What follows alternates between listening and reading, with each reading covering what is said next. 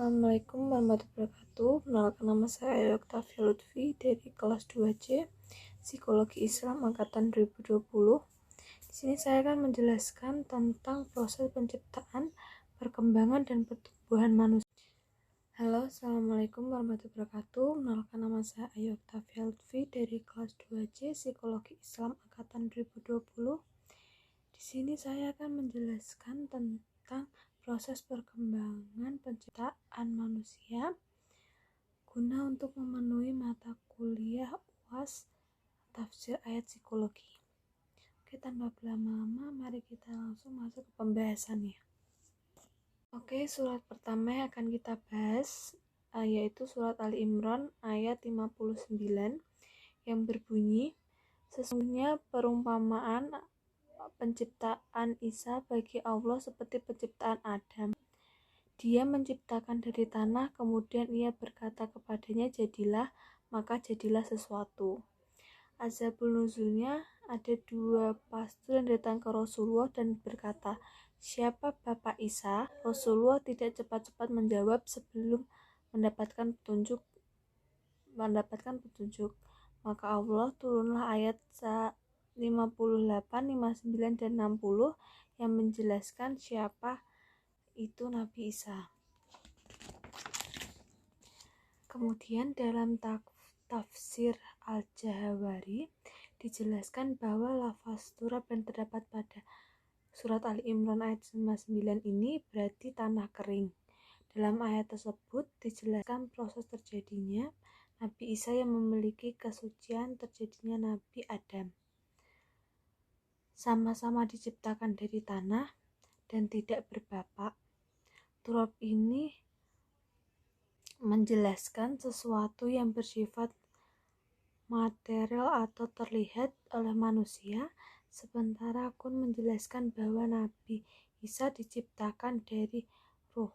Maksudnya Allah meniupkan ruh kepada Nabi Isa di rahim Maryam. Surat kedua yaitu surat Al-Hajj ayat 5 yang berbunyi, hai manusia, seandainya kamu dalam keraguan tentang kebangkitan, maka sesungguhnya kami telah menjadikanmu dari tanah, kemudian di nutfah, kemudian alaqah, kemudian mudghah, yang sempurna kejadiannya dan yang tidak sempurna kejadiannya, agar kami menjelaskan kepada kamu dan kami tetapkan di dalam rahim apa yang kami hendaki, sampai waktu itu yang sudah ditentukan. Kemudian kami keluarkan kamu menjadi bayi, kemudian agar kamu menepati masa terkuat kamu. Dan di antara kamu ada yang diwafatkan, dan di antara kamu ada yang dikembalikan sampai umur yang rendah, hingga akhirnya dia tidak mengetahui sesuatu pun yang dahulu telah diketahuinya. Dan engkau melihat bumi yang kering kerontah, maka apabila telah kami turunkan air di atasnya, dia bergerak dan mengembang dan menumbuhkan berbagai jenis yang indah. Dalam surat ini ditafsirkan bahwa ayat ini menyatakan bahwa manusia seandainya dalam keraguan tentang keniscayaan hari kebangkitan serta kekuasaan Allah untuk menghidupkan manusia setelah mati, maka camkan penjelasan kami ini. Sesungguhnya kami tadinya tidak pernah ada pentas wujud ini. Lalu kami dengan kuasa kami telah menjadikan orang tua kamu yakni Adam dari tanah. Ayat ini menunjukkan bukti-bukti kekuasaan Allah dengan menyatakan bahwa kami tetap akan bagi mudghah yang tidak sempurna kejadiannya itu untuk gugur, dan kami tetapkan dalam rahim bagi mudghah yang sempurna kejadiannya untuk melanjuti proses kejadian yang kami hendaki sampai waktu yang sudah ditentukan oleh Allah untuk kelahiran 6-9 bulan lebih. Kemudian dikeluarkanlah kamu dari rahim ibumu sebagai bayi. Kemudian perlahan-lahan kami pelihara sampai mencapai masa terkuat, yakni masa puncak kedewasaan. Dan di antara kamu ada yang diwafatkan sebelum mencapai pemikiran dewasa, dan ada pula yang berlanjut sampai daya fisiknya terendah.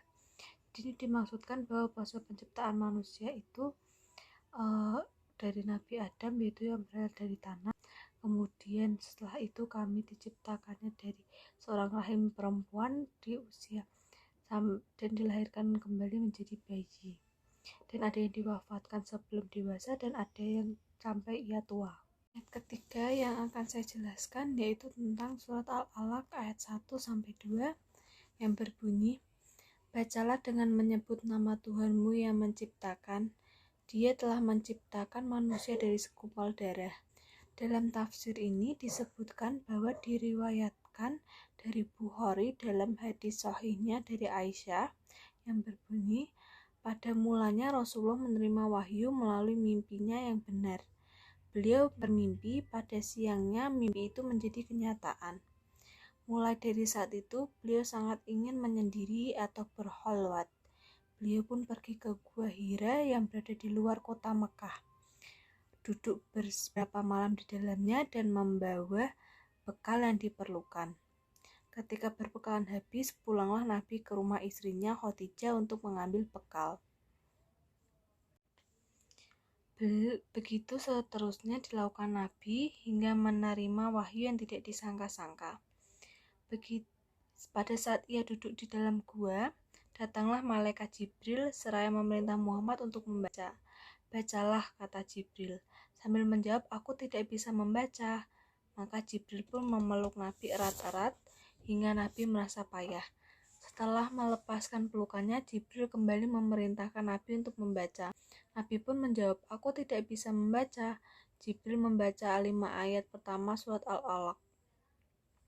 Iqra bismi rabbikal ladzi khalaq, khalaqal insana min 'alaq, Iqra wa rabbukal akram, alladzi 'allama bil qalam, 'allamal insana ma lam ya'lam.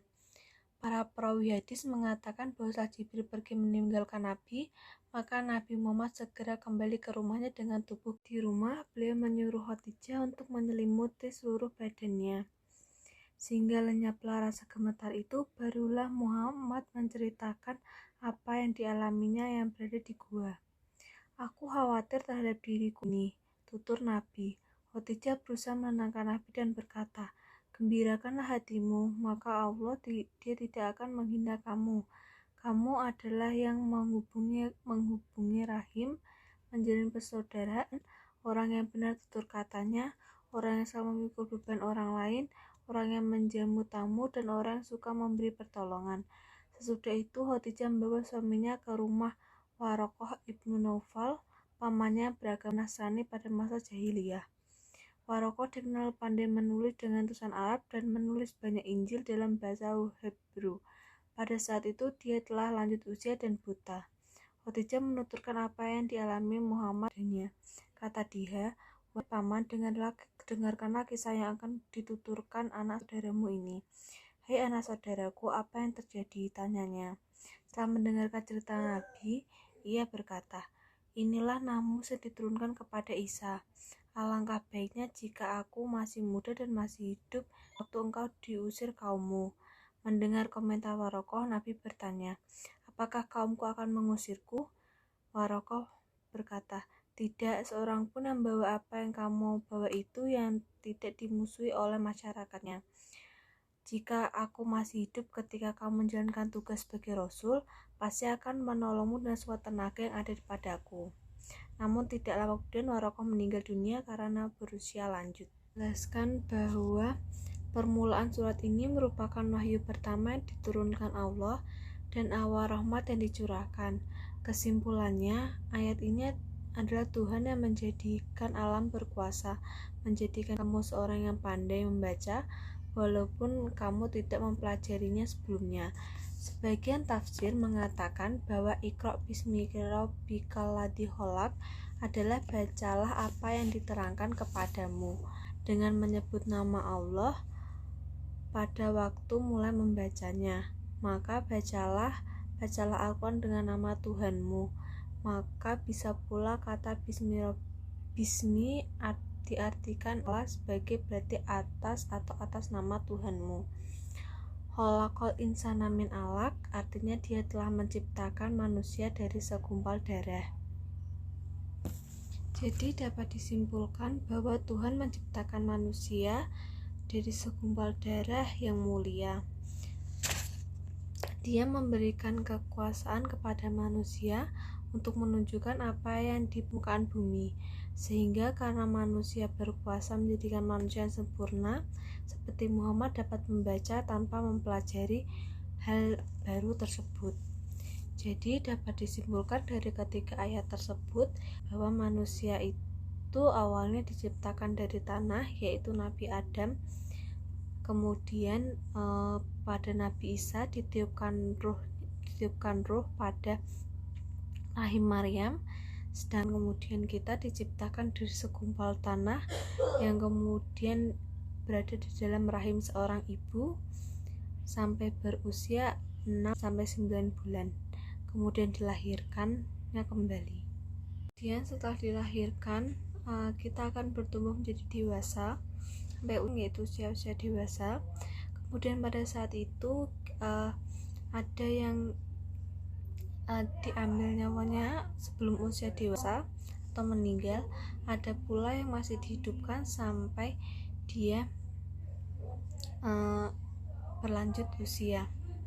Sekian yang dapat saya sampaikan. Apabila salah kata atau salah dalam penjelasan, maaf juga apabila suara saya kurang kencang karena kebetulan hari ini saya sedang tidak enak badan. Terima kasih atas perhatiannya.